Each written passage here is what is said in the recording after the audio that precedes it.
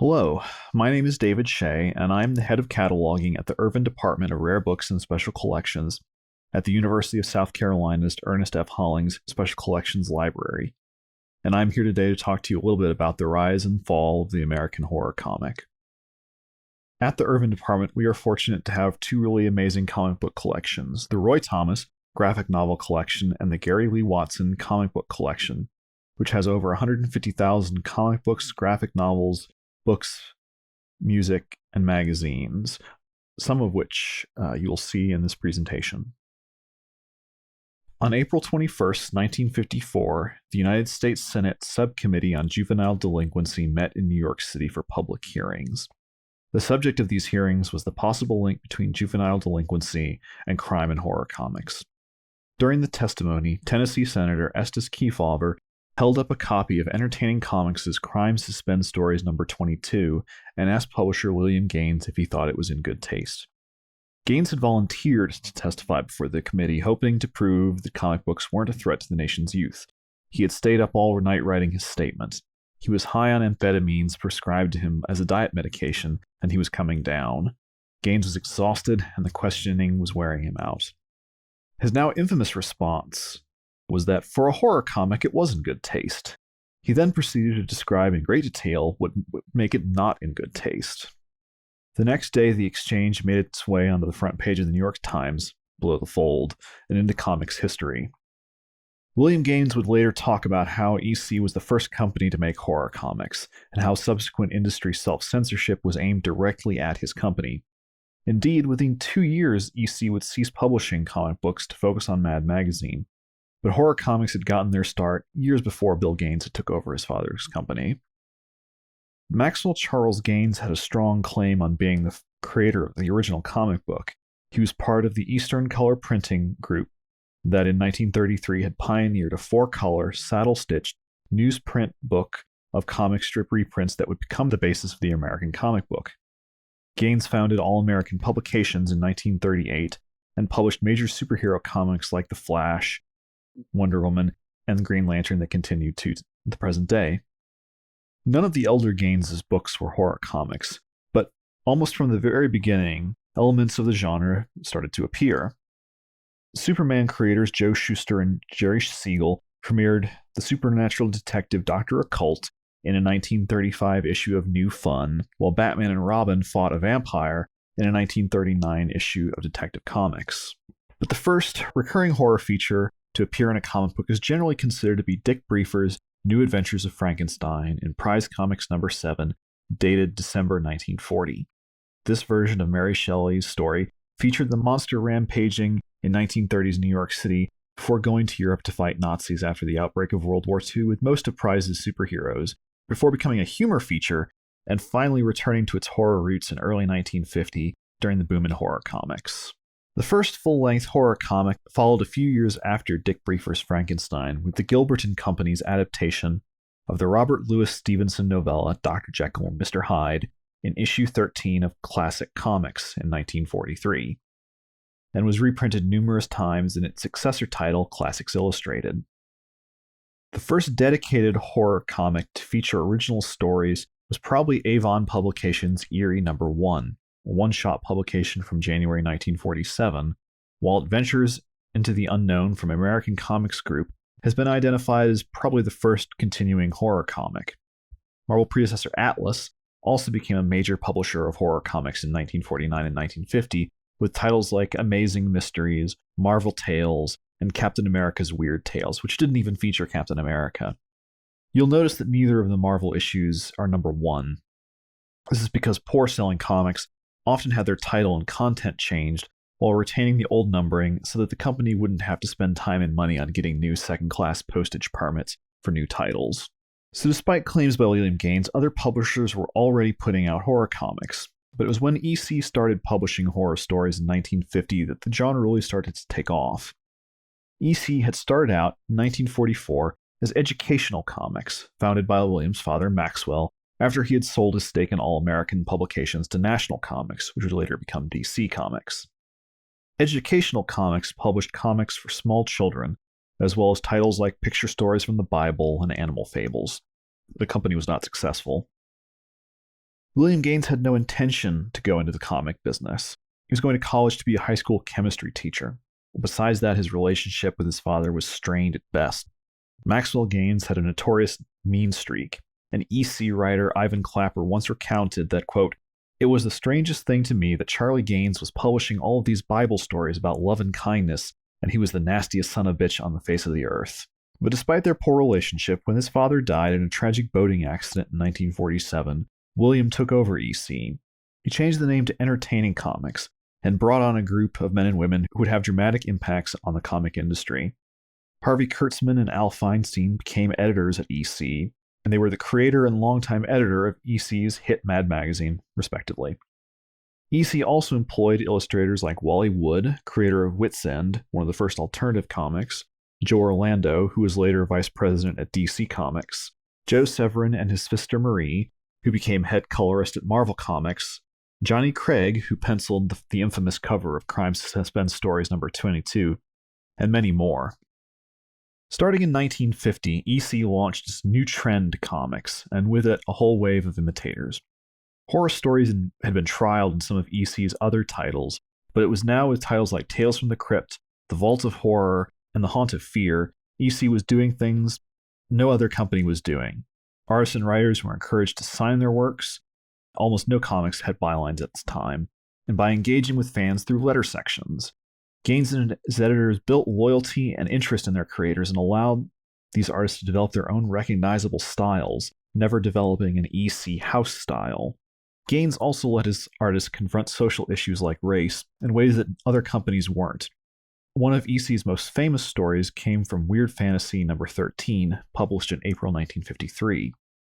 Judgment Day is the story of an astronaut from a galactic federation who arrives on planet Cybrenia, planet of robots, to decide if the planet is to be admitted into the Federation. He finds that despite being made in the same factory, the robots live in a segregated society, with orange robots having more rights and opportunities than blue robots. The astronaut denies the robots entry into the Federation, tells them not to give up hope, that the future can be better. As his ship flies away, the astronaut removes his helmet to reveal he is black. The new trend was a huge success for EC, and many other publishers follow suit. By the end of 1952, over a dozen publishers were printing a combined total of over 150 horror titles. When the horror trend came to its abrupt end in 1954, some publishers had published hundreds of issues of horror comics, while at EC none of its horror titles ran for much more than 30 issues. The comics had titles like Chamber of Chills, Journey into Fear, Journey into Mystery, Adventures into Darkness, Adventures into the Unknown, Weird Adventures, Weird Chills, Weird Horror, Horror from the Tomb, Tomb of Terror, and so on. Lacking recurring characters, and lacking EC's stable of talented artists and writers, and with essentially similar titles, most horror comics had to find new ways to keep readers interested in buying their comics. That usually meant they became increasingly gruesome. People were beginning to take notice. Comics had been getting a bad rap from the very beginnings of comic strips in the late 19th century, derided for being puerile, poorly written, badly illustrated, and a general corrupter of the youth. Comics had largely been ignored by adults, but that began to change as the comic book became more and more popular. Such figures as John Francis Knoll, the Catholic Bishop of Fort Wayne, Indiana, founded the National Organization for Decent Literature that published monthly lists of banned literature, including comic books, and children's author Sterling North made a name for himself as an adamant opponent of comic books. At the same time, new genres like crime comics were becoming popular, the most notorious of these being Crime Does Not Pay, published by Lev Gleason and edited by Charles Bureau and Bob Wood, who eventually went to prison for manslaughter. Crime Does Not Pay and its imitators launched an initial wave of reaction against comic books that led cities and states to ban or attempt to ban crime comics, while schools and civic groups organized comic book burnings. Concerns that comic books were leading children to become delinquents were rampant. In 1949, Canada went so far as to outlaw the sale of crime comic books. But after 1948, the flames died down a bit. Crime Does Not Pay was toned down. The comics industry founded the Association of Comics Magazine Publishers and created a largely ineffectual code of conduct, while romance comics displaced crime in popularity. and Tennessee Senator Estes Kefauver's Special Committee to Investigate Crime in Interstate Commerce largely dismissed comics as a major cause of juvenile delinquency. Then horror comics hit the stand in 1950, launched mainly by EC, and by 1954, fears of comics-driven juvenile delinquency were in the headlines again.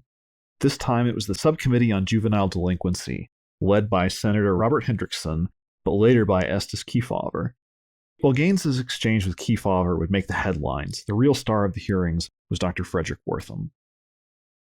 Dr. Wertham is probably the most hated man in comics history, infamous for his book Seduction of the Innocent, which blasted all comics, regardless of content, as harmful to children and a primary cause of juvenile delinquency. It's easy today to dismiss seduction for its flaws, and there are many. Wertham combined and altered statements and repeatedly misrepresented the extent and nature of his research, but its impact was profound. Dr. Wertham's testimony before the committee on April 21st, his books and articles in major magazines and newspapers, along with William Gaines's inept performance, helped turn the public against comic books. States moved forward with new laws to ban comics. Civic groups, including the American Legion, started burning comics again.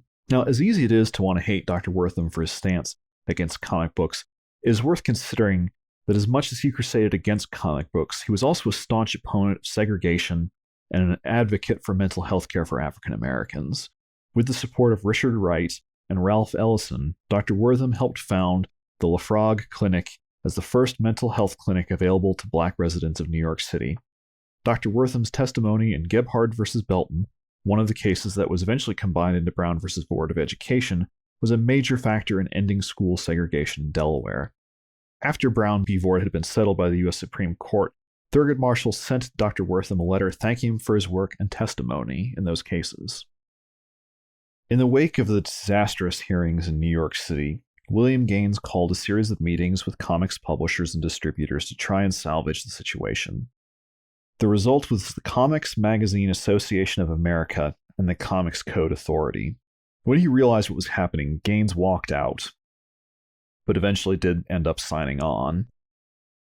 The code required comics publishers to submit their stories before publication and established a set of 41 censorship guidelines. Words like crime and horror were banned from titles. Vampires, werewolves, ghouls, and zombies were forbidden. Authority figures like judges and police officers had to be respected and couldn't be depicted as corrupt.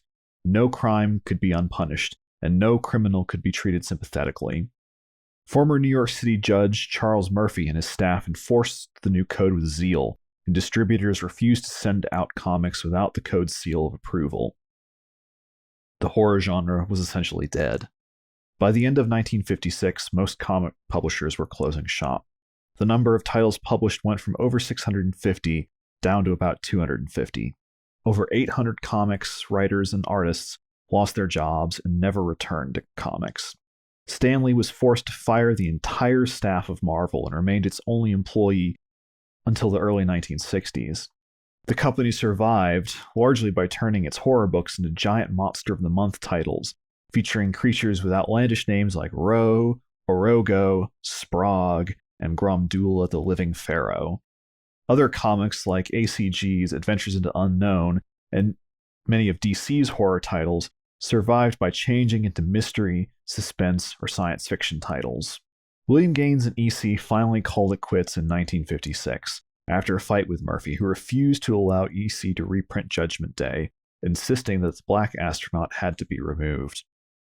Murphy relented only after Gaines threatened to call a press conference and denounce the code as a racist organization, but the damage was done, and Gaines canceled all of his comics except Mad, which he relaunched as a magazine. There were a few exceptions to the code. Dell Publishing, the largest comics publisher, never signed on to the code, nor did its successor Gold Key. Dell primarily published comic books based on licensed properties like Disney and Looney Tunes, and could fall back on the power of these companies to force their books through distributors.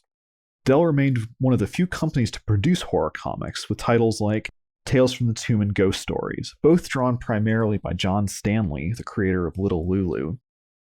They would also publish adaptations of the Universal Studios' famous monster movies like Dracula and The Creature from the Black Lagoon. The main source of horror comics in the 1960s moved from the comics racks to the magazine racks.